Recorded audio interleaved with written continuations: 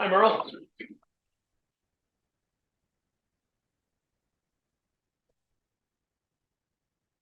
Well, thanks for everyone coming out. I was on Beach Chat last night with some folks that are here, and all of a sudden I heard thunder and thunder and thunder, and then I lost the connection to Beach Chat because we were getting inundated with rain. So I live in Nottingham. I know Merle lives south of me, and about 20 minutes later, 25 minutes later, you're like, it's raining. I'm like, well, it came down from Pennsylvania. So it's really good. The ground was still soaked this morning. We need it bad. I'm sure everybody else does, but really good to see. You lucky bastard. Yeah. Thank you. Thank you. Thank you. Four drops, yeah. Great day this morning. Gonna be a great day all day today. Just so everybody knows, the last month was the first meeting that we had out here. We had 50, which I think is a pretty high number. And we also had, so all of the people that no longer are keeping bees donated frames and hives, all kinds of stuff. And we auctioned them off, and we're, what we net, 1,900-ish? Oh, 1,049? $1,049. So all that money goes back to the club so that we could continue making donations to people that are deserving of it, like planting native wildflowers and making contributions to organizations in the area that will plant flowers. I saw an article that the Chester County Parks Department, which we have a park in Nottingham where I live, and there's several parks in the area, they're looking at taking like 50 acres at a pop and planting all native plants. So we're part of our taking revenue, and this is the member who wrote the book on the bees and trees, Peter Lintner. This is the memory of Peter Lintner. So we're going to look at donating the money that we've raised and we've received to potentially planting, a couple hundred acres of native plants at the park systems that are in Chester County where we all live. So we're looking into that. So up front here, just to give everybody an idea, we've got a lot of T-shirts. Like we got a couple hundred more T-shirts that the club has. And I checked these over. I have a pole barn. I know there's mice in there, but I have them up high, so the mice have not been into these clothes yet. So for the door prizes, come up and check out what size you want. May take a little bit longer, and we have to record this because we're going to give the information to Jack so he could take it out of the club inventory to make sure that the book's balanced and all that good stuff. So when we do it, it'll be a little slower. Come up, decide what you want, pick it, we'll write it down, and then you can have a seat. So I did put out nuke kits. The club purchased 125 nuke kits. We have single deep 5-frame nukes, and we have mediums, and there's 2 boxes in the medium hive. So you're getting 10 frames of available space for your bees. So I forget what the price is, I could check, but I did bring 10 of each, deeps and mediums. If anybody would like to purchase them today, I could give them to you unassembled, and we can tell you what the internet password is here. You can log on and pay for it on the club website. Pat brought the coffee and the donuts and all that good stuff, so I don't see where Pat is. Right in front of me. Thank you, Pat. Great to meet you too. So welcome all current members. Do we have any first-time members that are here or possibly on the phone? Is there anybody on the phone, Mark? Janet? Oh, hi, Janet. People are even pointing at you from behind. Can you tell us your name and where your apiary is if you have one, and how many hives you have? We'd appreciate it. Okay. Good. The first on to about a month. So everything's working good. You know about Beach Chat, right? Great. And then we also have beginners course. And we also have a mentorship program that there's no charge, so you can find another beekeeper in your area to call if you have any questions. And then we also have the apprentice program if you were that for next year. It's pretty much pulled up this year. I have 3 apprentices. I know a lot of people here mentor apprentices, and it's a great learning experience both as a teacher and as a student. So I'm going to cover real quickly what we should be doing with our hives this month. We've got the daily degree days. We can show you how that's changed from earlier in the year when we were 3 times warmer than we were last year. I call this open mic night. So if anybody would like to talk about something today for a few minutes or several minutes, just raise your hand and be happy to have you speak. You all learn from each other. Keith and Merle are going to have a discussion a little later on. Don't know what it's about, but I'm sure it's going to be interesting. It's Keith and Merle. It's the that's trademark, patented, and all that, right? You get the revenue from it too. Tom brought up a frame, and it's very interesting. And he's going to take a little bit of time to show it around, maybe put it in front of the camera. I don't know if we can get it up on the screen or not, but that way people can see it. I've never seen it before, and it's a very interesting journey on beekeeping, because I don't want to tell how long Merle's been keeping bees, but it's been a long time. So is Keith and Howard and a lot of other people in the room. So I've been beekeeping going on my 4th year, and I've never seen what Tom described. And it's all learning something new every time that we're together having a talk. If we have some time, we could have another little breakout session of a beginner type discussion in the back and advanced guys up here. And then we're going to go through door prizes. So I think I mentioned the door prizes come up, choose what you want. We have to write it down, take what you want. We're going to do about 15 of these things. So did anybody order? Is there a Fenstermacher here? He didn't know if he was going to come because he bought some stuff and he didn't come to the meeting, and he said he'd be here, but I did bring his stuff. But if anybody orders stuff from the club, you don't ship it to you. You have to pick it up at a meeting, or you can stop by my house. I live in Nottingham. Probably far for other people. And then we'll adjourn. So we'll get on with the show, if you will. So June is seeing a lot on the Pennsylvania State Beekeepers Association on Facebook. Still a lot of hives swarming, a lot of people going to other people's homes and taking free bees from them. Kind of hearing that the flow is really winding down from what it has been the last 2-3 weeks. But during the flow, part of your hive management needs to be looking in the brood chamber to see if the bees are backfilling it with honey, because if they're backfilling it with honey, the queen doesn't have any place to lay the eggs, and that could lead to swarming. So you want to keep that in mind. If you've got brood boxes where the bees might be in the upper box, you could swap that with your lower brood chamber. You could also add more supers to give bees some more space. Swap your single full frames of brood from the bottom deep with sparsely filled brood from the top deep, or provide these frames of bees to other hives that are weaker and that they don't have a higher population. It's no problem to take existing brood and moving it into another box. It's also done if you have a hive that's queenless. You can take a frame of eggs that are in the hive, put that in a hive that's queenless, and they could turn those eggs into queen cells. So it's a great way to manage your hives this time of year.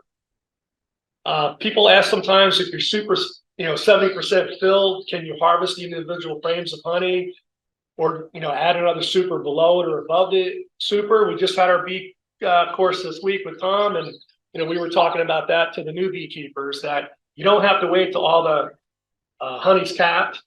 Honey, from what I understand, is a little bit thicker this time of the year. As long as you can shake that frame, you don't have to worry about it being too high in a concentration of water. So we're getting into the end of the month here, monitoring mite levels. You want to treat if there are more than 2 mites per 100 bees.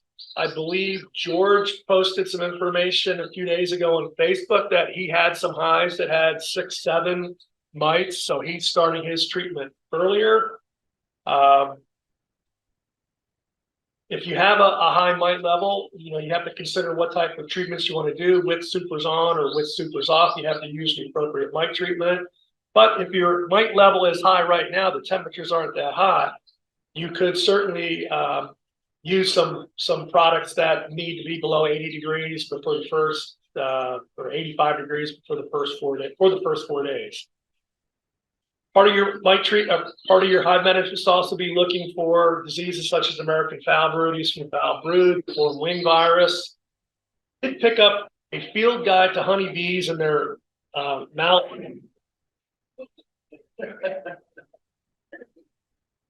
Whoa!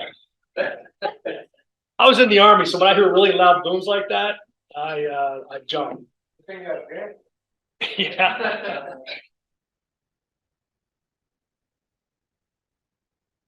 Thank you. There's a new, they come up with a new book. They updated the old book, so it even has more pages. It has 87 pages and it has 100 photos. And the club can buy, if we buy 50, we can get these books for $10.20 each. I bought the book a couple years ago when it first started, and it's really great because it's it's about this big and this wide. You can put it in your pocket, and as you're going through your hives, you see something suspicious, you can look through the book and try to identify what that might be, whatever type of disease you think it might be. I find it very helpful.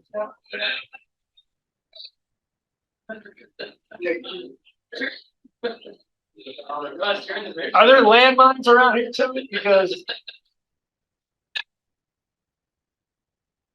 would anybody be interested in purchasing something like that if we bought it?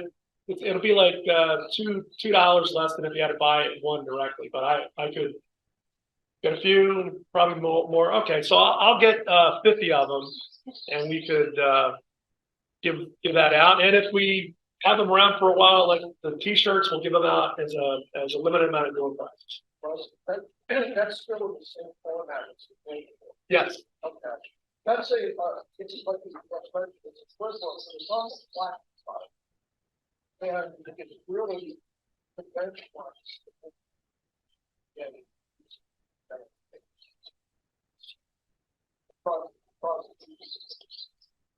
I saw it. I'm like, I gotta have it. It's a park. Yeah, and it's spiral bound, so you could turn the pages really easy, and 2 pages look at the same time. So, one of our illustrious members, who's sitting right there, named Paul, shared this information when he was an officer of the club. And this is the growing degree days for my zip code 19362, which shouldn't be different from your zip code. And if you haven't seen this yet, the blue line here is this year's temperature. The yellow line is from 2022, and then the 30-year average is in black. So as you could see, as the weather has gone from being winter, spring, now we're starting almost getting the summer. The number of degree days this year is considerably higher than it was last year and the last 30 years, which I'm not telling anybody anything they don't already know. But earlier in the year, we were a lot higher, especially in February to March, end of March, and we're still continuing that trend. We're getting a little bit closer to normal as we approach July, but we're still running considerably higher than in years past. So things that normally happen it's happened every time for you guys, or whatever mite treatments you're doing, or how you're looking at your bees or swarms. All the swarms happened really early this year because the hives were such a higher temperature than they've been for the last 30 years.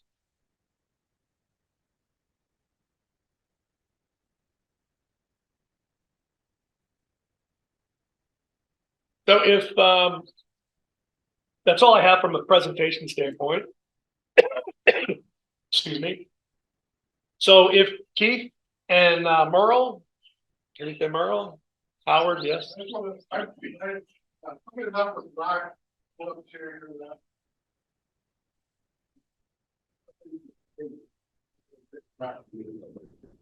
Okay. Did anybody lose or leave a chair here? Nice chair. We'll give it away as a door prize. So if you guys would. Yeah, before we start the Q&A, I will add something, about the big chat was on, we're talking about, I think every week, something really interesting, and something will pop up. Something will pop up that, it's quite amazing. And 2 weeks ago, a video was shown, a particular beekeeping. And in 30 years of beekeeping, I have never seen this. I was amazed. And I think that we will eventually get this in a short video on the website. And what it is, I'll just give some little description. Honeybees digging in dirt. And they're digging just the same manner that a dog would dig for fear of bone. You can see the little forelegs just going like this digging hind legs and pushing into the back. And some of them go so deep, straight down, that just the tip of their abdomen was sticking out. And we can only surmise that because of the dry conditions, either moisture in the soil, it's in a potted plant that's being started in potted soil. Moisture or minerals or a combination of moisture and minerals. If they're digging, and they're digging aggressively, you know, if they're, one will stake out its territory, and if someone comes over and gets a little too close, someone, get out of here, this is my spot. You know, it's quite humorous. On the beach chat, concerns that I hear occasionally relate to the beach chat not being interesting or the conversation that didn't appeal or was too specialized and so forth. One should keep in mind that beach chat is 100% driven by the participants. And there's a bit of a catch there, there's a bit of a limit to that, is that we'll never allow dead airspace.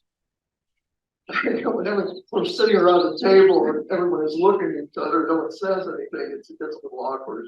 So there's always going to be information. And if the participant doesn't bring up the subject, the leaders are going to do so. And what one can do, sometimes I can see for a beginner, a new visitor, it might be difficult to break in the conversation. Just type in the chat feature. You can type in, and it has to be nothing more descriptive than I have a question. And just as soon as we can wrap up the topic, we'll move to those questions. So that is what will diversify the discussion and make it more appealing and educational to people participating. And hope to see you next week.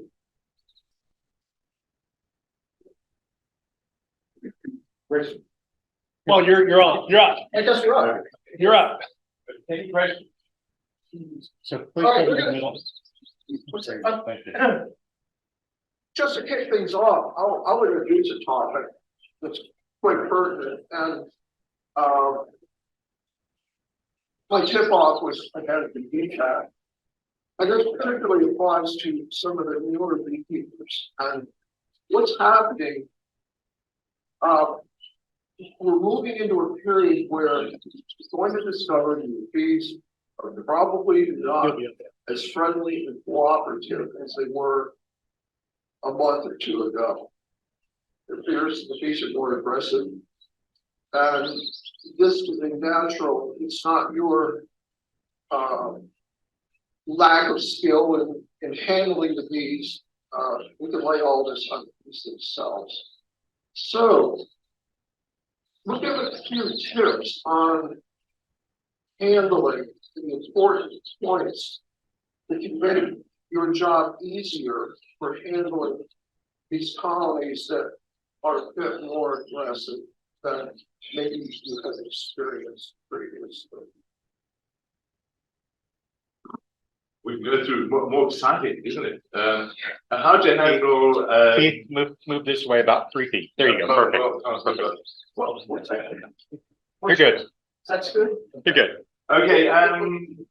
Handling aggressive colonies. Now, a lot of you working the bees would have realized that during the warm winter, we had an early build-up of the honeybees, and they became particularly aggressive early on. I think on Bee Chat they were talking about killing the bees and doing straight things like that, which It was one dead, it was one. and generally on Chester County there was a huge amount of aggressive bees early in the season, and we normally don't have that. So it's and the reason for that is that we had a large percentage of bees in the hive, but also the old forager bees were still there. And normally in a working season, the forager bees work themselves to death and they are no more. But this time they weren't able to do it in the beginning of the season.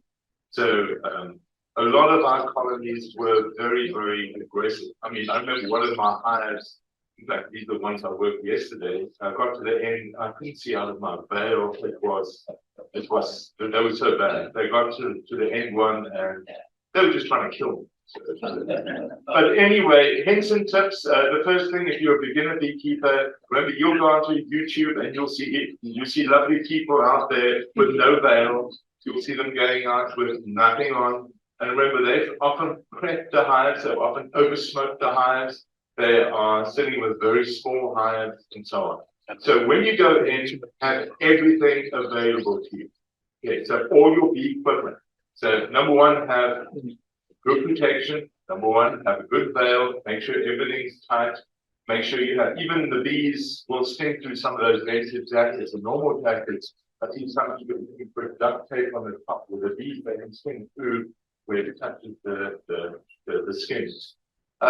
So make sure everything's good. Wear boots, just that you're fully protected. Or if you're not wearing it all, just make sure it's at hand so you don't. And I've worked with a lot of beekeepers they come with shorts, okay, and I love it because you see them running through the bushes and it sort of gives me a sense of and flip-flops and all of those, which is wonderful. But I'm going to quickly give you some little hints. Number one, make sure you've got full protection, whether you wear it or not, have it at hand.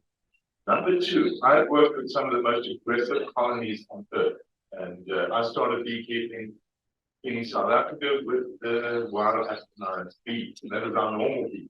And they do work harder than these ones, but there's certain things you've got to do. Now, sometimes some of our hives behave very similarly, and we are getting part of the Africanized genetics coming into ours. We know it. Okay, number one, before you work a difficult colony, make sure you smoke it. So you smoke it a little bit, 10 minutes before you go into the hive. So when you're setting up, get your smoker ready, you puff it into the entrance, and all entrances that you have, make sure they get a bit of smoke, and then go get ready, everything ready, make sure your gloves, your supers, whatever you're going to do, go get it ready. But make sure you smoke the hive a little bit beforehand, before you start tending. Okay, so 10 minutes or so before. Secondly, what you would do is make sure that you don't go into the entrance of your hives. They mustn't see you. We used to let it crawl up to our hives and then smoke them a little bit, let it crawl back. But you don't stand in front of the hives. Okay, that's an open invitation. Also remember that you can listen to the frequency of your bees. All the time, the bees are telling you stuff. And you will know there's certain sounds of a beehive. The most classic ones are the deep roar when a colony screams. you can see the gradual increase as the whole colony starts becoming more agitated and they're just getting ready to come and kill you. Just cut a bit of smoke and it settles them all down. So have the smoke on hand when you're manipulating them. Don't squash bees. By squashing the bees and being clumsy in the beehive means that you are giving the scent that something's going wrong and the bees are going to be more aggressive. Okay. Other thing, don't spend too long with the hives open.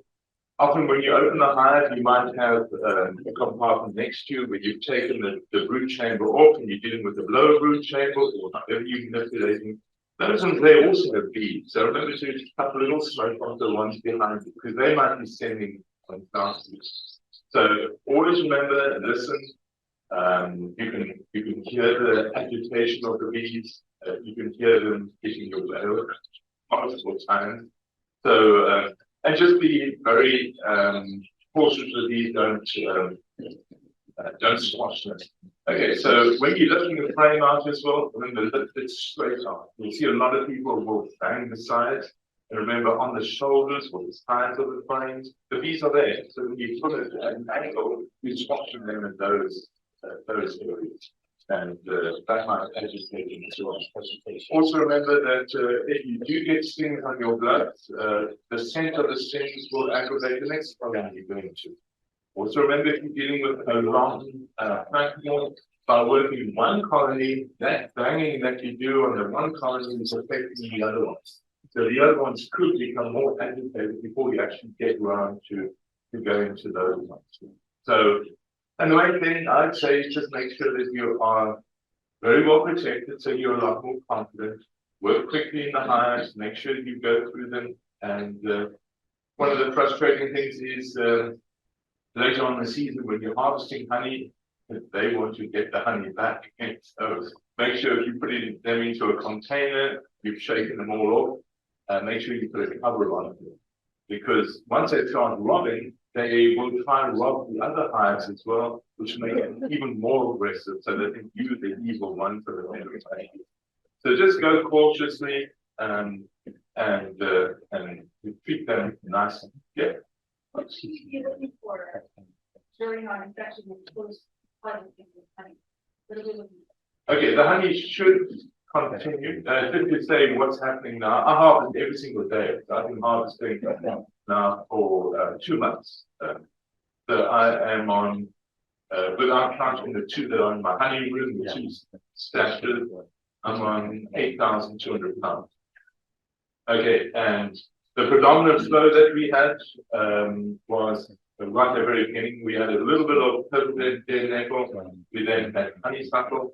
We then had black locust. I mean, some of us had good black locust. And then we back onto honeysuckle now. We did not get tulip tree. It's interesting. I'll have to take the honey. And we did have Indiana. So the Indiana was not as good as last year, but we had it. But that's this area here. That's exactly where we are. What we should be doing now, we notice that the honey is slowing. Okay, I am on 1/3 a week ago. Remember, I'm a week behind because I only harvest every hive once a week. So a week ago, I was 1/3 of the harvest.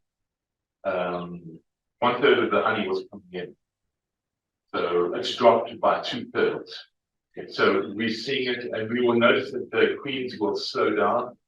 I have stopped my swarm prevention. I do swarm prevention every week, so I stop on week number 9. I've stopped now. I've stopped the demo. Yeah, so it's difficult to stop. And the other thing that is particularly important, I have never seen Varroa this high this early. Okay, I have seen Varroa. Okay, remember I don't lose hives. So I take note of all, exactly what my bees are doing. Okay, and I've never seen Varroa. I open the brood, the drone brood, so I do drone, because the Varroa is attracted to the drones, so I take the drone out. And some of my sites, I don't see any Varroa, but other ones I see. Not huge amounts, but I normally never see in June. You don't see Varroa on drone. If normally in July you start seeing it, but this time, and as a result of that, because of the cool weather, I have treated all my hives with formic 12. Okay, so I've already treated this last week. They were under treatment. You want your bees to survive, treat them. Rather overtreat than undertreat. And this is perfect. If you wait a month, you might be dealing with 80, 90, 100-degree weather, and it's difficult to find a window to actually do the thing. So the formic is honey safe, so you can still harvest your honey. And yeah, so that tends to be what's happening. Now, let's wrap up. We're Honey, yeah. Give the mic.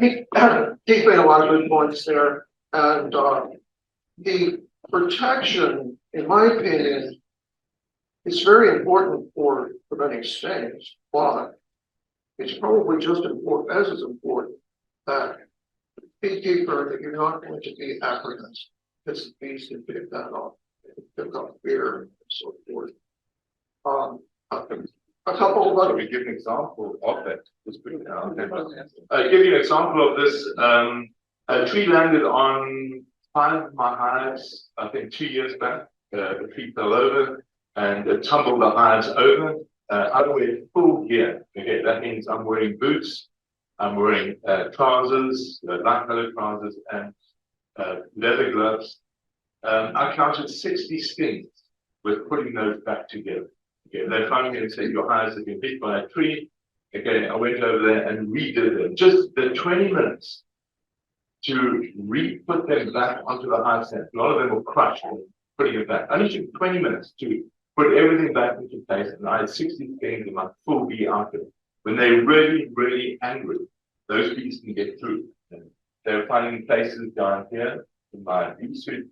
So just understand that they can get through at a certain time, but that's incredibly exceptional. You don't often get something like that.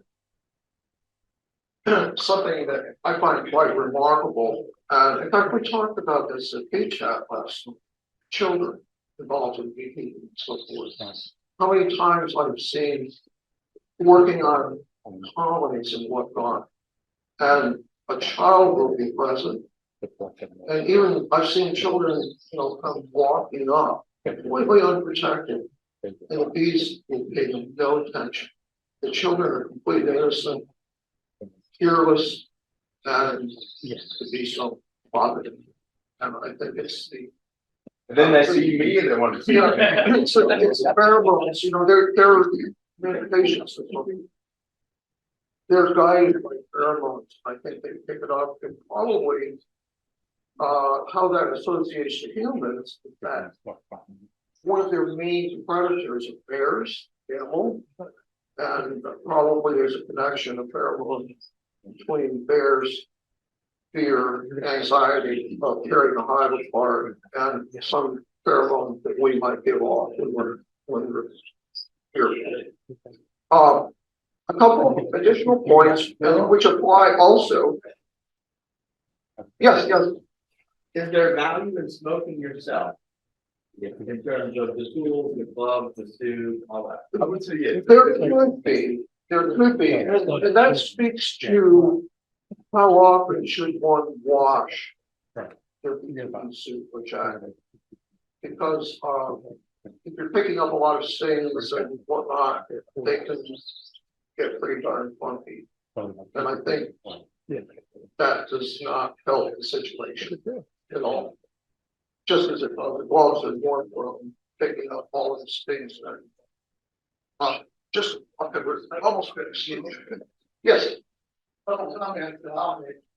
It's common sense, you all figure it out. In my injuries, I usually keep more than one. And I'm very systematic and I use it same way as a clinic. But I found out that some of those measures aren't very needed. So I try to go down those ones I do. If they happen to be the first time I look at, it messes up the whole thing. A good point. The other thing I picked up on, I'm very sensitive, and I tried to do bees without gloves, and that didn't work well. Then I went to the nitro, what's the First one above, maybe. I want to go, don't stand this time. Particularly once you got a little bit spot. And it's impossible. And what I use now, and I get it from manually, are some, it's nice. And, they laughed all of them. I have seen. And I found out and we find small, but they're really well. They come up about your elbow. There's the blue one, the light blue one. These are green that I've been getting, and they cost they're less than $10. 2 hands a day, we have man-weight cast. And don't stay through it, but not like anything else I do. They're thicker. The other thing I do is I carry water, so when I'm finished, I wash them off to get honey or whatever some is. So they're you can clean them. I don't know what they would do with diseases. I doubt that, but anyway, you can clean them as opposed to as a book. Nine mil. Or 0.9 maybe. They're No, it's a measurement. It's so like the surface of my talking about, they're gonna be like 2 to 4. Yeah. Something like that. And it goes to like, I would say 0.9 of the most. yes, it's not actually like millimeters, so that's the thing, it's a measurement for the. I have very good luck with deerskin gloves. I just picked them up at Tractor Supply. I really just like these gloves. And when I use with them, Better handles cups over. So the cups are separate as well. So put the glove on and pull the cup over, and it works super. And I can, I don't have to invest in a lot of big gloves. I get a pair of sticky and whatnot, I just switch out the deerskin gloves. And for me, they don't stay through. I don't know. Probably a combination of working a lot without gloves, which I do enjoy doing, but not when the things are aggressive. Taking off funny and whatnot, I like wear gloves. Yes. Okay. One word, recipes, people, a particular type of soup that someone has. It's the mayonnaise soup with the package, like this. It's definitely very well, but I found that there are a couple of flaws. One they've noticed. First is right here, where you zip up. We gotta make sure that all the way flows up. For a small piece of duct tape, what is here? Okay, I got them, they came through there one time this year, and that's where I noticed that they were good. One here, this passage, in the back, there is a flap, okay? And it's where you turn it has done. Well, again, underneath that flap is a very small opening that you can get rid of. And they think that by putting that little flap over, that's going to keep them out. Doesn't. If they're super pixely, they're going to get through. So again, a real small piece of duct tape in the back, off that, like go bigger than this, you're good. Haven't had a problem with it. This will work for me. Yeah, the problem I have with that particular jacket, I know exactly what Tom's talking about, is that the screen is too close to my face. Yeah. And very tip of my nose can touch the screen, and the bees will zero in on that. A tiniest little tip and sting right on the nose. Yeah. Not, it's not nice. Another question? Okay. There's two questions. I mean, one of them is about the stuff that we were talking about. You had mentioned earlier, get some baby scent that smell that. Is there anything, I wash my equipment every time I use it, just to get rid of it. But why the deep using, if you get some once and then you use it the next time, what can you do? I've used peppermint spray. But that, they don't see them like that. I typically just give the gloves a full, or my hands a full of gloves and smell. I don't do anything. I go to the next time. Do I watch my beekeeping equipment? No. What is, One every 4 weeks I'll throw it into the bottom because it's starting to stand up. So when people start to mistake it for black bear. It's not one. You mentioned something about generating, you guys have stopped doing generators. Now that I've got one root chamber and a second one up, do I want to combine them or do I just want to go through the rest of the season and winter with one, single or double? It's totally up to you, but the swarming impulse seems to have waned now. So you could do whatever you want. It's during winter time. What I'm doing now is harvesting all of the honey that occurs in the middle zones. So in the so you've got a brood chamber at the bottom, brood chamber at the top, and maybe I've got one super in the middle. one soup in the middle. That's what I use for my smaller hives, and then the super at the top. Again, so you could put it back if you want. It's not safe. So generally, I would now only need one brood chamber, so I still put my excluder over the bottom one. Well, let me present it this way, what's better during the winter? One root chamber. I mean, I don't know all this out. Okay, all my bees survive. Okay, I'll just say what I do. All my bees survive. I mean, if I have a loss of 3% of over 100 hives, I think it's quite bad. What I do is I have 2 brood chambers over winter, and I have a super. And the super is stored below the 2 bees. My bees survive, they don't die. Okay. No. The reason for that is for the super at the bottom, because if I just store 100 supers in my garage, my wife will divorce me. Okay?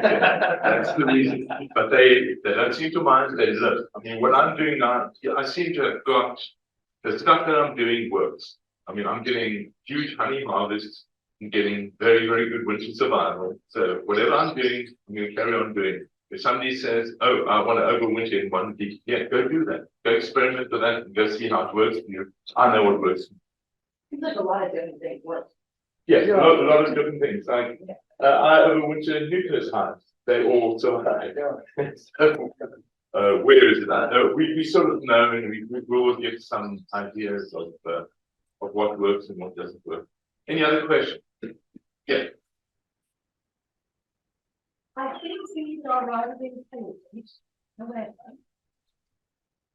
if you have a student, if you have a honey student for I think it's Yeah. And you've got your food. Yeah. These are aware that the queen needs to lay them. Yeah. Fill up and full. If the bees are coming in and the pods and honey in the brood, Yeah. one of the other bees inside the box, we have putting a tuck into my honey. Instead of the queen going around there, I think I've got no legs today, and now I'm going to. What? You're under the classic thing. You'll read a lot of the books that will say that a queen excluded, the honey excluded. And in certain senses, they are correct. Yeah. If you just put a queen excluder on, often the bees are reluctant to move above it. Now, those of you that do the demery system, that means you're taking every week, you take a brood from the lower end and you put it above, they have no problems because the bees just have to feed their young. So they will go through a queen excluder as if it's not there. But if you're not doing that approach, you might find, and especially if you don't have drawn comb, so you're expecting the bees to draw the comb and you've got foundation at the top instead of drawn comb, you'll find they're reluctant to go up. So, yeah, then you could remove the queen excluder and Stagger the box. you could stagger the boxes. But I have no problems with the queens going through, sorry, the workers going through the queen excluder because I'm putting brood up above. Just as a quick question, we heard a comment that I'm the only one that can get the demery working. Again, is anyone else doing the demery? Yeah. Yes. And so we've heard this. We've heard this. Made my queen not want to live. Oh, Finally, I took it off because I said, there's not enough bees. He's not laying enough. I'll take the queen excluder off, let it roll into 2 boxes and that reverse it, she's gotta make it breathe. Yeah, that's good. So it's, yeah, and this year it just worked, for me, worked incredibly well. I mean, the amount of honey, I mean, it's like, Yeah, I had similar experience. There were incredible amounts. Some of the memories didn't work. Some of them did. The ones that didn't work, I was able to reset them and refine the queen, and I was able to get things going again. They failed. Sports early, really hurt the different reading formally. Normally, are able to do it around, for me, it's like around 10, 12 days. The perfect time. And I can wait since the 10 to 12 days of this year. I've been really yeah. So you had to have 2 weeks before. So we started earlier with the dairy, on the ones on my production hives, I didn't lose a single swarm at all. I mean, they're just sitting, producing. So it's very, very effective. But if people have problems, again, I've worked out why people have problems. Number one, they don't read instructions. Yeah, if you're doing a delivery, and what they do is they do it not 7 days, but they do it 10 days. No, you definitely don't do 10 or 12 days. A lot of the books will say that this is not the standard memory, this is our version of memory. So you just follow the instructions and it works. Laura over here has 4 hives. Okay, she does the memory. She has harvested 700 pounds already. Okay, so and yeah, and she's changed it to 6 days, not the 7 days. 4 hives. Yeah. So yeah. The drilling memory, as you move them up, it's best to go back and check a couple of days after you do that manipulation to make sure there's no storm flooding, right? 7 days. Yeah, so with 7 days that you should be okay with going back and ensuring that they are taking one flood, they don't want to have it in for the top of the chancer that's want to try to do something crazy. That's yeah. And what you're trying to work out, the things that we don't know, what happens if you just leave those swarm cells at the top? Yeah. Are they going to swarm? I've been doing this for almost 30 years now. I don't know. Where it does get a little bit tricky is that if you have 2 queens, what happens is that the queen gets reproduced by your manipulation back down into the bottom, and the 2 queens have a little fight, and one of them survives, and then you queen this queen, but you actually feel a virgin queen down. So that's one of the things that does occur. But it's not a problem. You actually produce more honey. It might be a better solution. But if you let the top one hatch, does it cause swarming? You don't know. Okay. This year, a few the swarming impacts were so intense that we had swarm cells being created on the bottom, even with the full memory, even with the 7 days.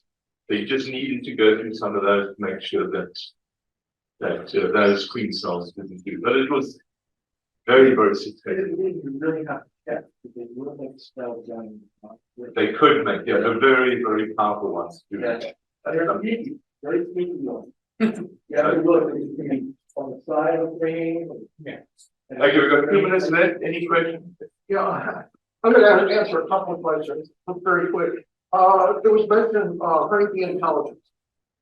I'm going to recommend Thomas Seeley's book, Honeybee Democracy. That's going to give a quick insight into computing power of the brain of bees' brains. It is incredible.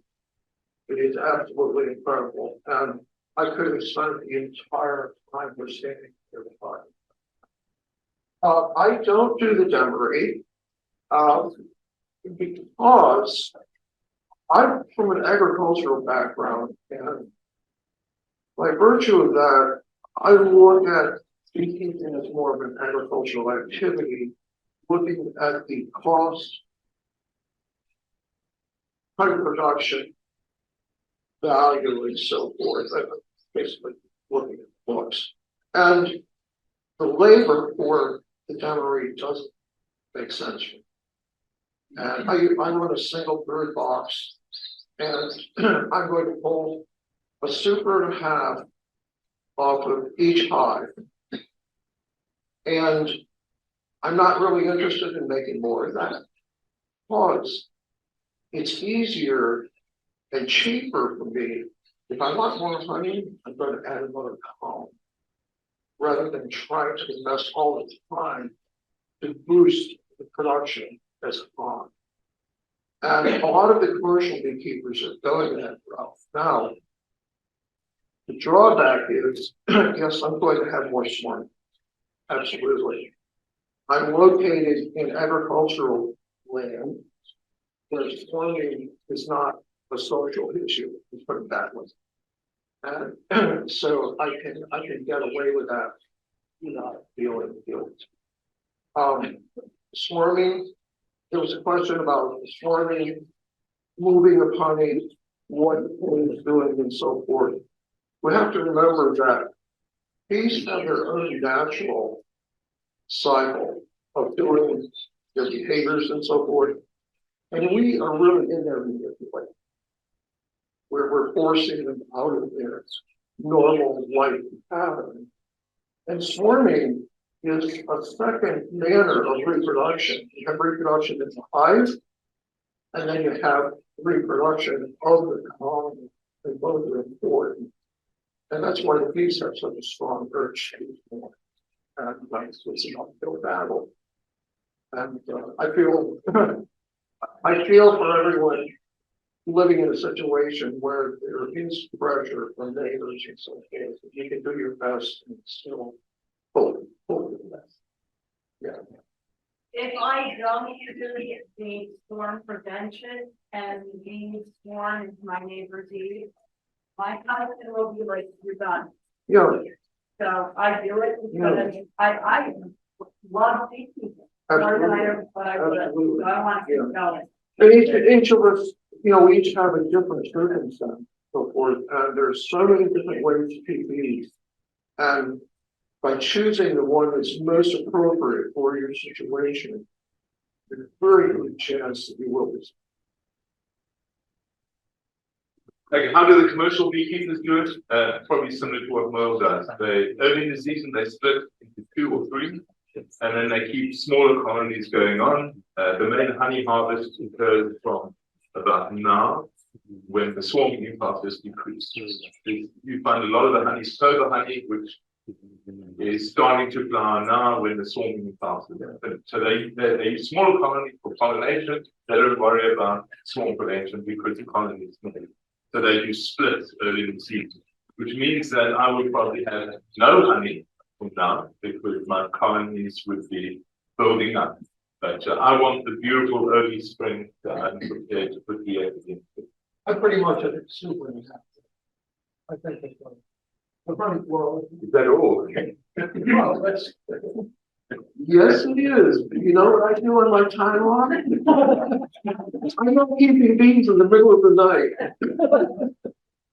Keith is the only fellow who keeps bees, works on colonies with a headlamp. Oh my. I hope everyone enjoyed this little Q&A. Found something you can take home and play with. One more point before, and I think it's important. There's a question about looking at what are the bees doing now. I won't go through the whole thing, but be aware that cleanings can really start to slow down in their leg and even stop at this time of the year. So if you're in, you check brood, there's no fresh eggs, there's no young larvae. Don't be too alarmed. When I'm checking colonies, I'm not. I just go, just move on, take note, and 2 weeks later, come back around. For those of you who don't know me, I'm Tom King. Anyway, I had a strange morning show up a friend's hive. I have one of my apiary sites I share with another friend of mine, and we have about 10 hives at one of the locations at Fiber Mine and Fiber Hills. Anyway, my friend came to me, last weekend and he said, I got a really strange looking frame in my hive and I want you to take a look at it and to see what you thought. And he says, oh, he says, maybe I got foul brood or I got something terrible or something like that. Well, I got a little alarm too, and I went over and I took a look at his hive and I got a frame out that looked like this. Okay, so as you can see,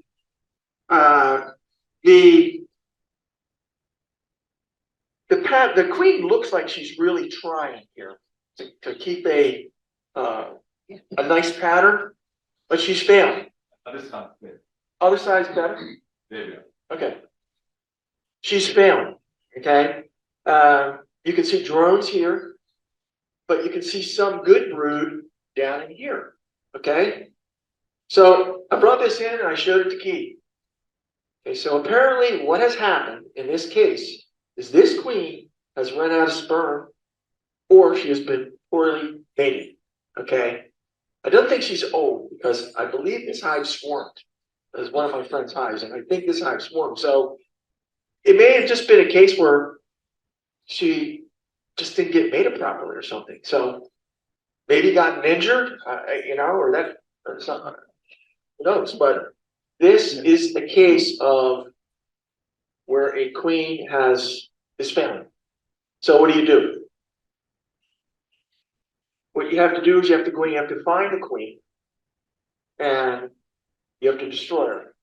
You have to replace it with a new queen, like a club queen, something other than what the genetics of this is, because they won't make a good queen or a successful queen with this type of genetics in here. So you have to change it. So just to let everybody know, if you happen to see this in your hive, that's what it is. It's not anything really bad. You just need to change your queen. She's failing. Okay, so I'm going to pass this around and everybody take a look at it. All right. So Tom, how long you been keeping bees? This is my 11th year. So 11 years, never. 11th year. I never saw this. So I never saw this. one of the biggest things about beekeeping is you don't see stuff until you see it and Yeah. experience it. And that's how you learn.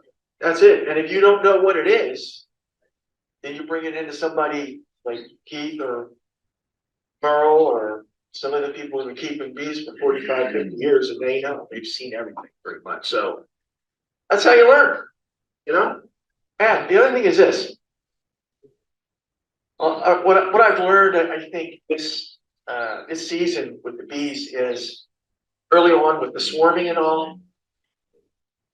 You figured there was gonna be a lot of failure this year because the reason we're not going to produce. Well, they did produce. So the whole moral of the story is things are not as bad as they seem. Thank you. Thanks, Tom. Tom and I teach the beginner's course Yeah, at the Bondsville Mill Park. yes, if you haven't been out. We're there the second Tuesday of every month. Yeah, great. We had a great session. It rained on us. We had to come back in the building and then we went back outside. The Bondsville Park is air conditioned and heated in the wintertime. So when it starts getting dark early, we can still have our courses inside. We teach by the beekeeping calendar of the year, as well as I've got like 100-something page slide deck with every conceivable type of equipment, hive tools, queen excluders, blah, blah, blah, blah, to show the new beekeepers what options are available to them. And I think, Tom, I want to take a picture of that hive or that frame before I leave so that we can add it to our presentation, because like Tom's never seen it, I've never seen it, so it's really good. Mark. Yeah. Thank you. Well, so I'm just going to give you a quick presentation on the eHive monitoring, and some of this will, so these are the hives out of Cheslin. I know it's hard to see, but you've got the weight on the citizen science hives. They've been fairly constant over the last 7 days, but this middle line here is showing the productivity, the high productivity, if you will. So it's a larger scale, and then the bottom one is the temperature. So let's just look a little closer. And what you'll see here is that 7 days ago, we have quite a nice, fairly level of weight change. And then as we got here into the last couple of days, you see that weight change is going down, which is exactly what you said, Steve, earlier, that we're starting to see the flow diminish. So that's just absolutely right in line with that thought. So those 3 citizen science hives are actually, I haven't checked them in about 3 weeks. Is Robin here? They're doing well? Okay, excellent. But we were in two. Yeah. They look good. So I should have brought the picture, but just as a reminder, if you put feeding frames up on top and you've got fondant or sugar or whatever over the winter, remember to take them off. They weren't taken off of the 2 hives.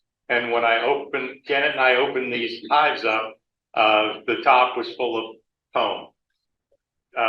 No frames, just full of comb.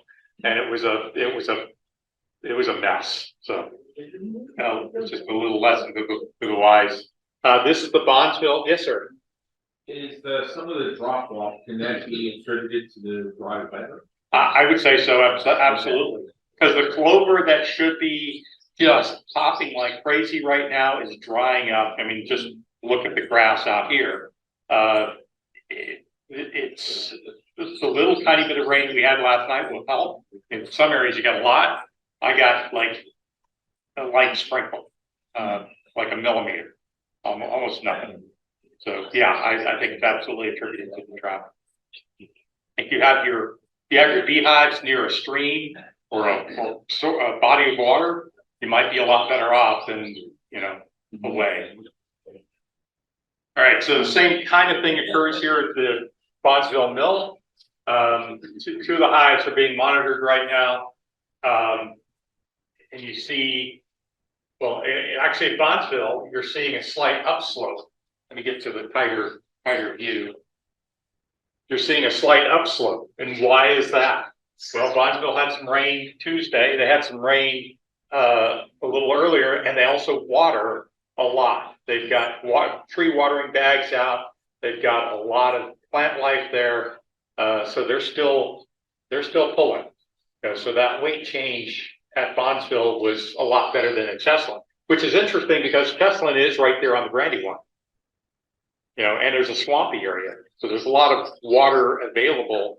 But maybe it's the plant life that the bees are foraging off of is not quite as good at Cheslin as it is at Bondsville. And this is our newest hive site at historic Sugartown. And it's only 1 hive that's being monitored there. And you can see that we got a significant drop off a week ago, but the weight changes continue to increase, which is interesting. Although I will say that I think I may have pulled a couple of frames off on Friday last week, which might explain that drop off. And then put some empty frames back in, so visit Demery and give them room to grow. And that's it. Any questions? You should be able to get to the eHive monitoring on the club website. If you go to, I think it's resources. I don't remember the exact. Look around. You'll see eHive monitoring is in there, and it's been revamped, and all the live hives are now showing up. So there you go. Thank you.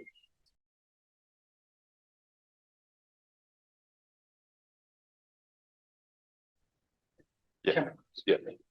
But I find it distracting. Why? Well, no, if you read the newsletter, CCBA newsletter, Robin Underwood, is that her name? Yeah. And when I read it, I said, oh, organic beekeeping, that's a no-no.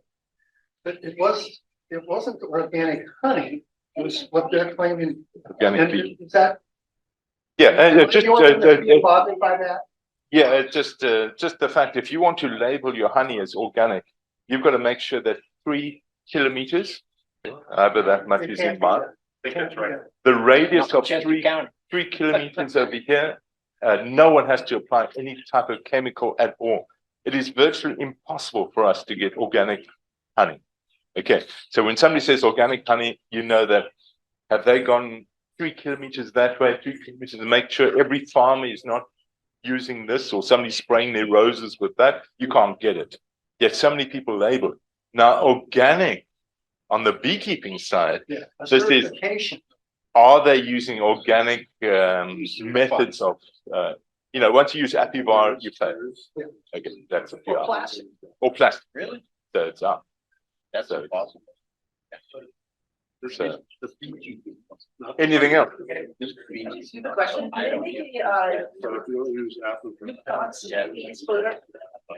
Yes, I have. Do that in May.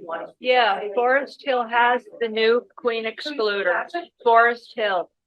Yeah, It's a lot cheaper to, I just slice them in half. Should I just cut the big ones? Will that work? Will I get 2 out of it, or am I gonna lose part of it? No, I just cut it in half. Okay, one of the old beekeeping techniques, and us old guys would know this, is that we talked about the queen excluder being a honey excluder. Now, what they used to do in the old days is you take a queen excluder, you place it on your hive, and that front, maybe 4 inches, you remove it. The queen doesn't go to the front, it will not go. She only tries to come through the middle. So the worker bees will go through there. So if you get somebody's old beekeeping equipment that was beekeeping many years ago, you find queen excluders with the top part and sometimes the bottom part removed. It's like, hey, and the queen didn't, by the way, she does periodically go through that, but generally she doesn't go through it. So it's to prevent this honey excluder. So yeah. I know on the,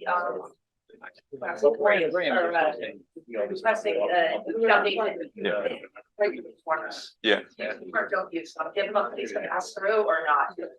I can give you what one of our biggest beekeepers in the area is saying. He says the bees need to communicate with each other and you need to break them off. There's no difference. That are mine. No difference. That's no difference. No difference. And the other thing was that this beekeeper also said that if you use plastic frames, the bees can't communicate with each other. So, which is completely wrong, because otherwise if I have all plastic frames, they're all going to get totally confused, but they don't seem to get confused. They're still okay. They still make me lots of honey and they still survive the winter. And if you look in nature, so if I'm doing cutouts, I find sometimes I have combs that is this long, this big, huge. And that's in a natural environment. They have huge sections. So they like the big comb and there are no gaps in it. So yeah, do they need the gaps? I'd say no. But if you've got nothing to do in a cold winter, you can break them all off. I don't think it makes Trying to get rid of that much. chair that was left last week. and the other thing is, if anybody wants to buy Formix Pro, I bought more than I needed. I have a 10-pack here for $68. If And anybody there's an wants. old extractor back there. For sale.